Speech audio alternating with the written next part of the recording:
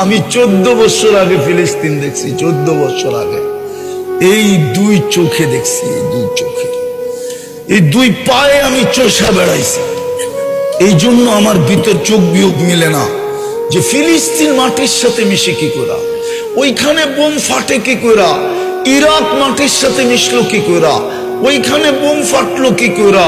ফিলিস্তিনে তো ইব্রাহিম খলিল ঘুমাইতেছে ওয়াদিয়ে খলিলে, আরেকদিকে যদি তাকাই তো মুসা আলাইহিস সালাম ঘুমাইতেছে কসিবে আহমারে।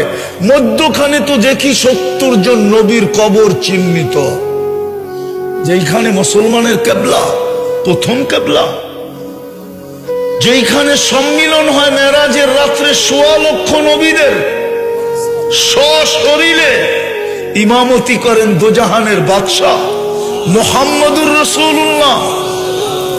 প্রশংসা শুনান আল্লাহর, ওইখান থেকে টেকআপ করেন আরশে। ওইখানে ঘটে কি করা, আল্লাহ করে তো করে কি?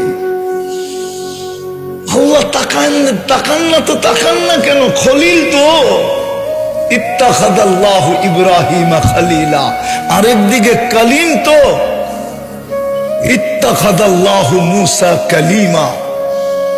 একদিকে তো কালিম, একদিকে তো খলিল, মধ্যখানে তো 70 জন নবী শুয়ে আছে।